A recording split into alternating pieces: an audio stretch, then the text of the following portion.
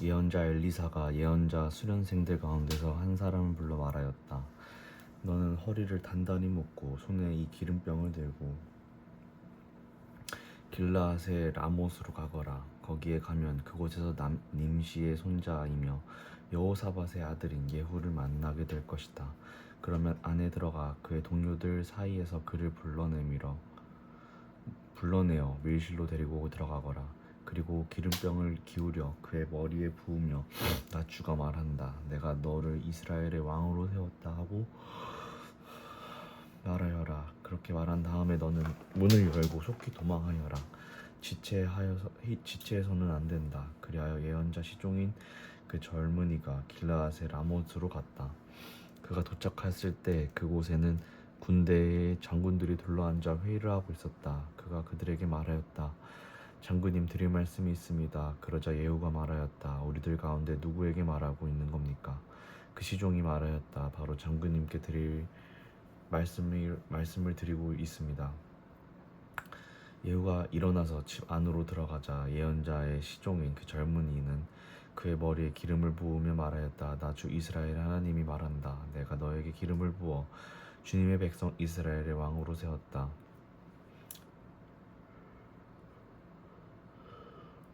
너는 내가 섬기는 상전 아합의 가문을 쳐라. 나는 내 종들인 예언자들의 피와 또 주님의 다른 종들의 모든 피를 이세벨에게 갚으려고 한다. 나는 아합의 가문을 모두 다 멸망시킬 것이다. 그렇다. 아합에게 속한 사람은 메인 사람이건 노인 사람이건 가릴 것 없이 남자는 누구나 이스라엘 안에서 끊어버릴 것이다.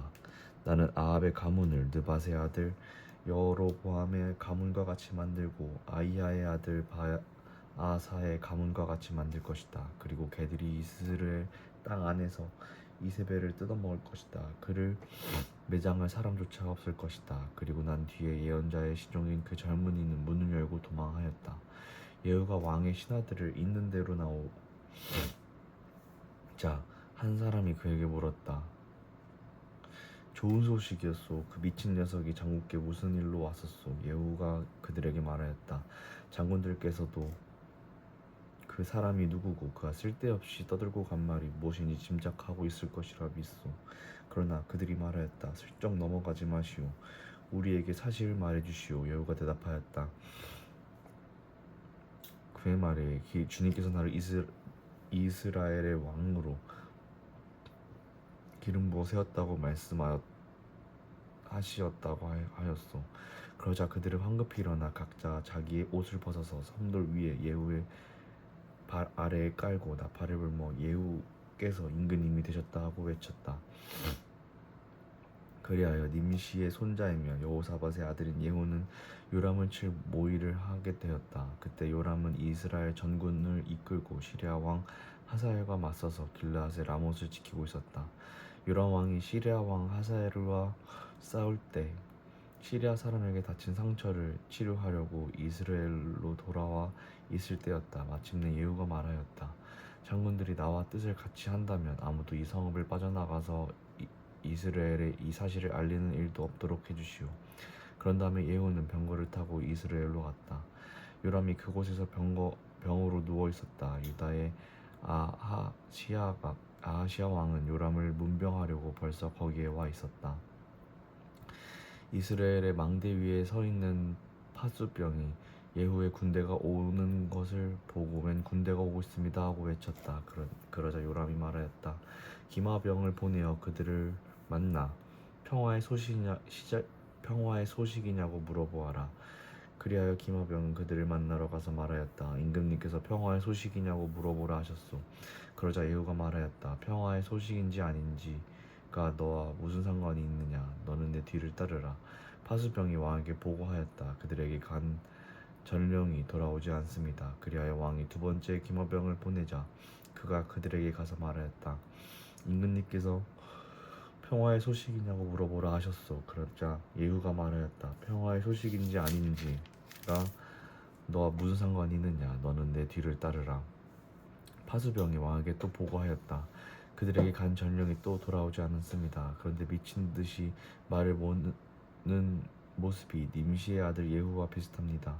이 말을 듣자 요람은 병거를 준비하라 하고 명령하였다. 병거를 준비하니 이스라엘 왕 요람과 유다 왕 아하시아가 각각 자기의 병거를 타고 예후를 만나러 나가서 이스라엘 왕 사람 나봇의 땅에서 그를 만났다.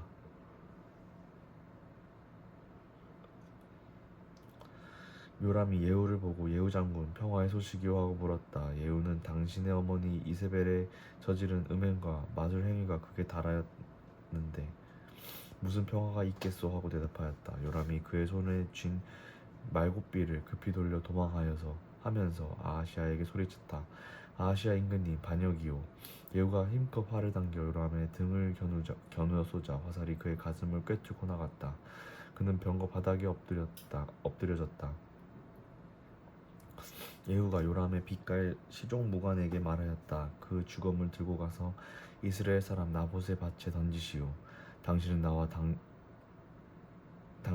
당신이 그의 아버지 아합의 뒤에서 나란히 병거를 타고 다닐 때 주님께서 그를 두고 선포하신 말씀을 그대로 기억할 것이오. 주님께서 아합에게 내가 어제 나봇과 그의 아들들이 함께 흘린 피를 분명히 보았다. 바로 이 밭에서 내가 너에게 그대로 갚겠다. 이것은 나 주의 말이다 하고 말씀하셨소. 이제 당신은 그 주검을 들고 가서 주님의 말씀대로 그 밭에 던지시오. 유다의 아하시아 왕은 이것을 보고 베타간으로 가는 길에 도망하였으나 예후가 그의 뒤를 추적하며 저자도 죽여라 하고 외치니 이블르암 북은 구르 오르막길에서 예후의 부하들이 병거를 타고 있는 아하시아를 찔러 상처를 입혔다. 그는 무기토까지 도망하여 그곳에서 죽었다. 그의 부하들이 그를 병거에 실어 예루살렘으로 운반하고 그를 다윗성에 있는 그 조상들의 묘지에 함께 장사 지냈다. 아합의 아들 요람 왕 제11년에 아하시아가 유다를 다스리는 왕이 되었다. 예후가 이스라엘에 이르렀을 때 이세벨이 이 소식을 듣고 눈 화장을 하고 머리를 아름답게 꾸미고 오는 창문으로 내려다 보았다. 예후가 문 안으로 들어오자 이세벨이 소리쳤다. 제 주인을 살해한 시므리 같은 자야, 그게 평하냐? 예후가 얼굴을 들어 창문을 쳐다보며 소리쳤다. 내 편이 될 사람이 누구냐? 누가 내 편이냐? 그러자 두세 명이 내관이 그를 내려다 보았다. 예후가 그들에게 명령하였다. 그 여자를 아래로 내던져라. 그들이 그 여자를 아래로 내던지니 피가 벽과 말에까지 튀었다. 예후가 탄 말이 그 여자의 주검을 밟고 지나갔다. 예후가 궁으로 들어가서 먹고 마시다가 말하였다. 이제 저 저주받은 여자를 찾아다가 장사를 지내주어라. 그래도 그 여자는 왕의 딸이었다. 그들이 그 여자를 장사 지내주려고 찾아 나섰으나 그 여자의 해골과 손발밖에는 아무것도 발견할 수가 없었다. 그들이 돌아와서 그에게 그렇게 보고하니 그가 말하였다. 주님께서 주님의 종 디셉 사람 엘리야를 시켜서 말씀하신 대로 이루어졌다. 주님께서 말씀하시기를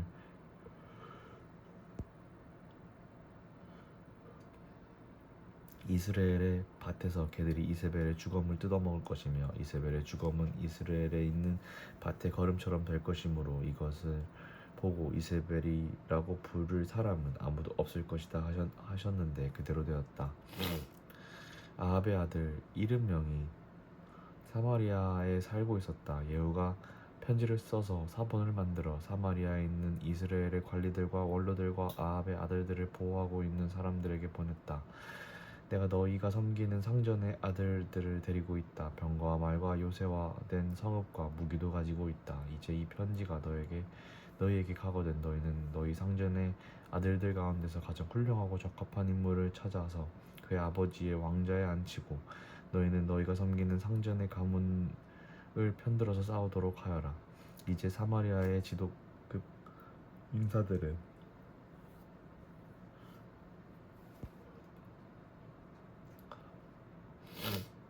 두려워하며 말하였다. 저 두 왕도 그를 당하지 못하였는데 우리가 무슨 수로 그와 맞설 수 있겠소. 그리하여 왕가를 지키는 사람들과 성읍을 다스리는 사람들과 장로들과 왕자들을 보호하는 사람들이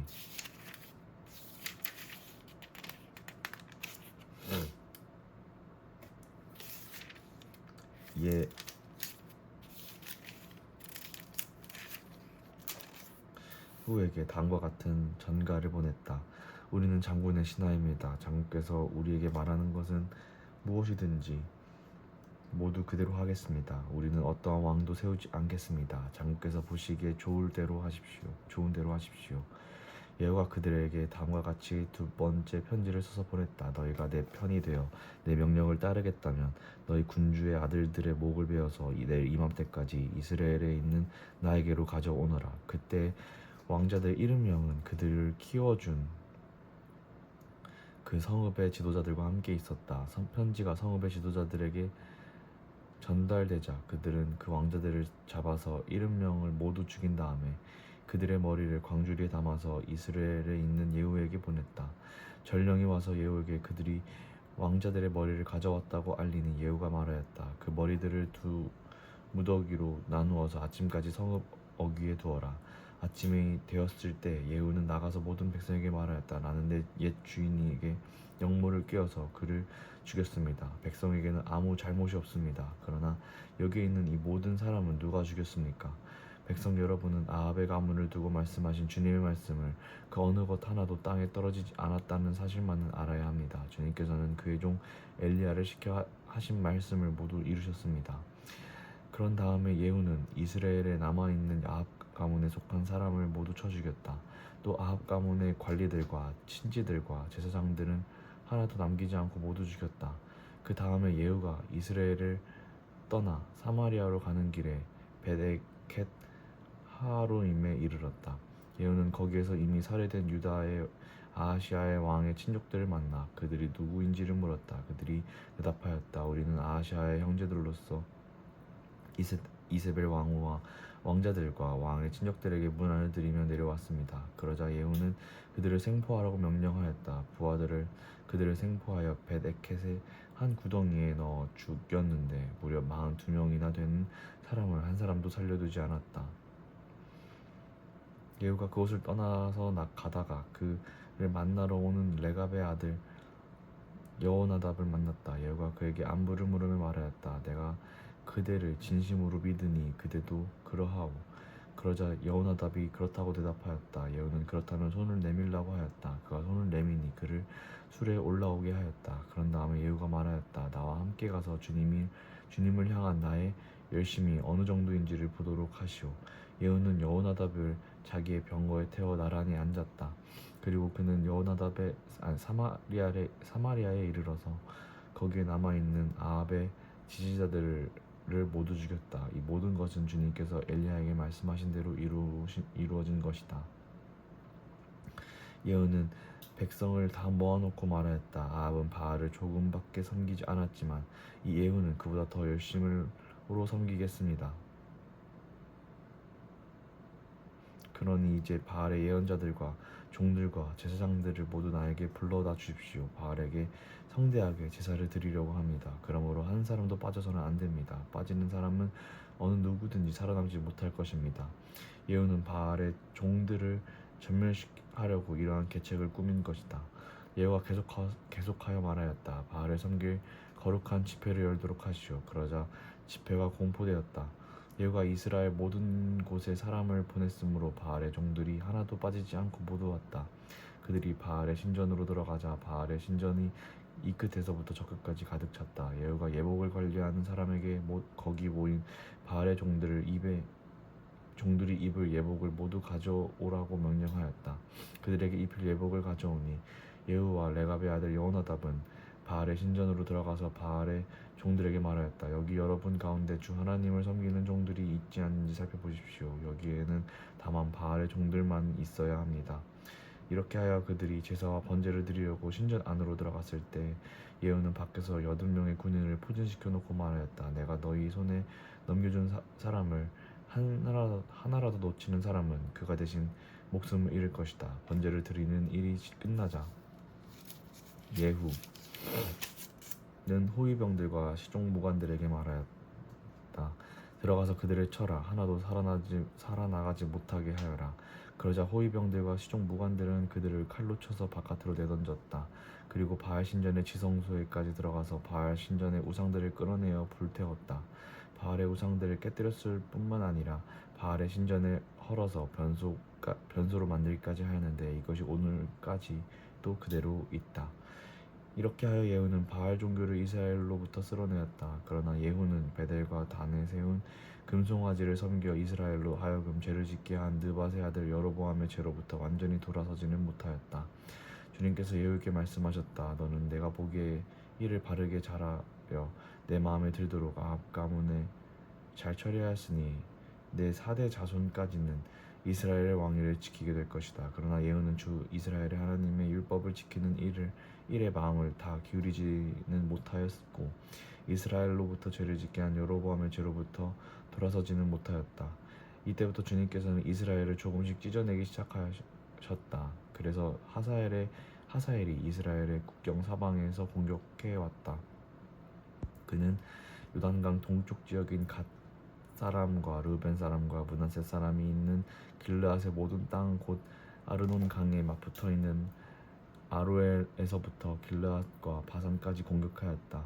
예후의 나머지 행적과 그가 한 모든 일과 그가 건세를 누린 일들은 이스라엘 왕 역대지략에 모두 기록되었다.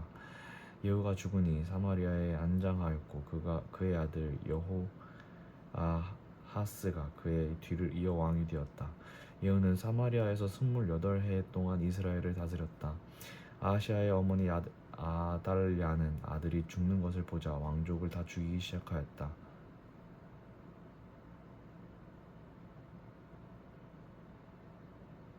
그러자 왕자들이 살해되는 가운데서도 여호람 왕의 딸이요 아하시아의 누이인 여호세바가 아하시아의 아들 요아스를 몰래 빼내어 유모와 함께 침실에 숨겼다. 그때 사람들이 아달랴가 모르도록 그를 숨겼으므로 그는 죽음을 면할 수 있었다. 요아스는 그의 고모 여호세바와 함께 6해 동안을 주님의 성전에 숨어 지냈으며 그 동안 나라는 아달랴가 다스렸다. 일곱째 해가 되자 여호야다 제사장이 사람을 보내어 가리 사람의 백부장들과 호위병의 백부장들을 불러왔다. 그리고 그들을 주님의 성전에 있는 왕자에게로 데리고 와서 그들과 더불어 언약을 맺고 또 주님의 성전에서 맹세를 하게 한 뒤에 그들에게 왕자를 보여주었다. 그리고 그들에게 이렇게 명령을 내렸다. 이제 여러분이 해야 할 일을 말하겠습니다. 여러분 가운데서 안식일 당번을 세 반으로 나누어 3분의 1은 왕궁을 지키고 다른 3분의 1은 수르성문을 지키고 나머지 3분의 1은 호위병들에게 뒤에 있는 문을 지키십시오. 이와 같이 하여 왕궁을 철저히 지키게 하도록 하십시오. 그리고 안식일 비번은 모두 2반으로 나누어서 임금님께서 계신 주님의 성전을 지키도록 하십시오. 각자 무기를 들고 임금님의 호위할 것이며 누구든지 대열 안으로 들어오려는 사람을 반드시 죽이고 임금님께서 나가고 드실 때에는 반드시 경호하도록 하십시오. 백부장들은 여호야다의 제사장이 명령한 것을 그대로 다 하였다. 그리고 그들은 안식일 당번인 사람들과 안식일 비번인 사람들을 데리고 여호야다 제사장에게로 왔다. 그들이 백부장들에게 창과 방패를 나누어 주었다. 그것은 다윗 왕의 것으로서 주님의 성전 안에 간직되어 있던 것들이다. 그리하여 호위병들은 각각 손에 무기를 들고 성전 오른쪽에서부터 왼쪽까지 제단과 성전 주위를 감시하며 왕을 호위하였다. 그런 다음에 여호야다 제사장이 왕세자를 데리고 나와서 그에게 왕관을 씌우고 왕의 직무를 규정한 규례를 주고 기름을 부어 왕으로 삼으니 백성이 손뼉을 치며 임금님 만세하고 외쳤다. 아달랴가 호위병들과 백성의 소리를 듣고 주님의 성전에 모여있는 백성에게 가서 보니 왕의 대관식 규례에 따라 기둥 곁에 서 있고 관리들과 나팔수들도 왕을 모시고 서 있고 나라의 모든 백성이 기뻐하며 나팔을 불고 있었다. 아달랴가 분을 참지 못하고 옷을 찢으며 반역이다 반역이다 하고 외쳤다. 그때 여호야다 제사장이 군대를 거느린 백부장들에게 명령을 내렸다. 저 여자를 대열 밖으로 끌어내시오. 그리고 저 여자를 따르는 사람 누구든지 칼로 쳐 죽이시오. 여호야다가 주님의 성전에서는 그 여자를 죽이지 말라고 하였으므로 그들은 그 여자를 끌어내어 군마가 드나드는 길을 통해 왕궁으로 들어가 거기에서 그 여자를 처형하였다. 여호야다는 이스라엘 백성이 주님의 백성이 된 언약을 주님과 왕과 백성 사이에 맺게 하고 동시에 왕과 백성 사이에도 언약을 맺게 하였다. 그렇게 하고 난 다음에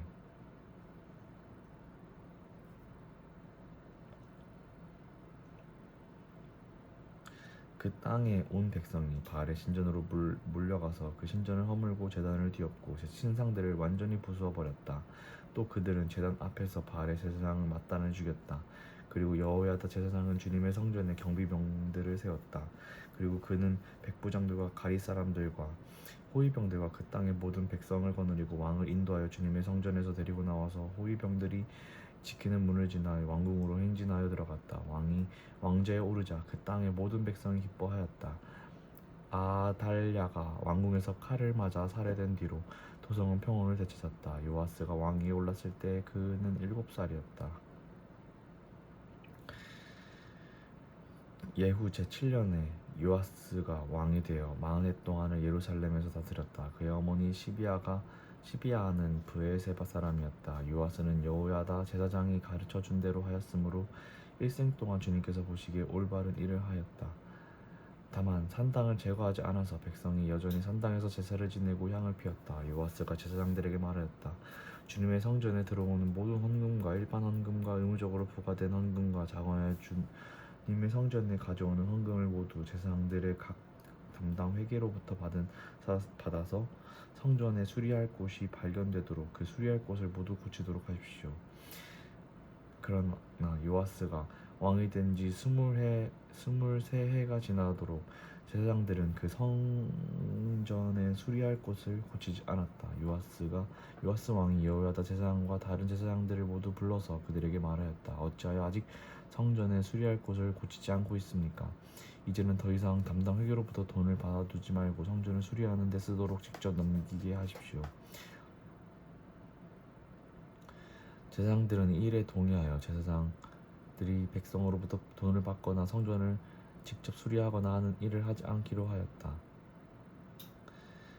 제사장 여호야다는 괴를 하나 가져다가 그 뚜껑에 구멍을 뚫어 주님의 성전으로 들여와서 오른쪽 곧 제단 곁에 그것을 놓았다. 그래서 문을 지키는 제사장들이 주님의 성전으로 가져오는 모든 헌금을 그 궤에 넣게 하였다.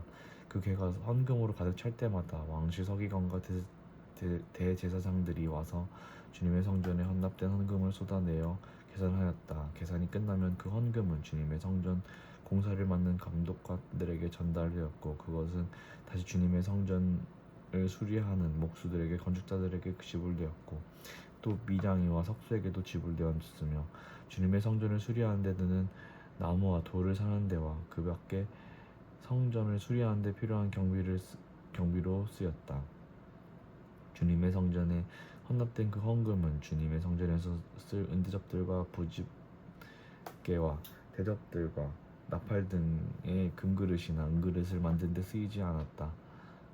그 헌금은 오직 일꾼들에게 주어 그것으로 주님의 성전을 수리하는 데만 사용하였다. 그 돈을 받아 일꾼들에게 주는 감독관들에 대한 회계 감사를 하지 않았는데 그것은 그들이 성실하게 일하고 있었기 때문이다. 그리고 속건제와 속죄제에 바친 돈은 주님의 성전의 수입으로 계산하지 않았다. 그것은 제사장들의 몫이었기 때문이다. 그 무렵에 시리아 왕 하사엘이 가드를 공격하여 함락시켰다. 그런 다음에 하사엘은 또 예루살렘도 치려고 하였기 때문에 유다 왕 요아스는 앞서 유다를 다스리는 여호사밧과 여호람과 아하시야가 주님께 바친 모든 물건과 또 자신이 주님께 바친 것들을 비롯하여 주님의 성전과 왕실 창고에 있는 모든 금을 시리아 왕 하사엘에게 보냈다. 그러자 하사엘은 예루살렘을 치지 않고 물러갔다. 요아스의 나머지 행적과 그가 한 모든 일은 유다 왕 역대지략에 기록되어 있다. 요아스의 신하들이 영모를 꾸며 실라로 내려가는 길에 있는 밀로 궁에서 요아스를 살해하였다. 그를 살해한 신하는 시므아스의 아들 요사갈과 소멜의 아들 여호사바드였다. 그가 죽으니 그의 조상들과 함께 다윗성에 장사하였다. 그의 아들 아마샤가 그의 뒤를 이어 왕이 되었다. 아멘.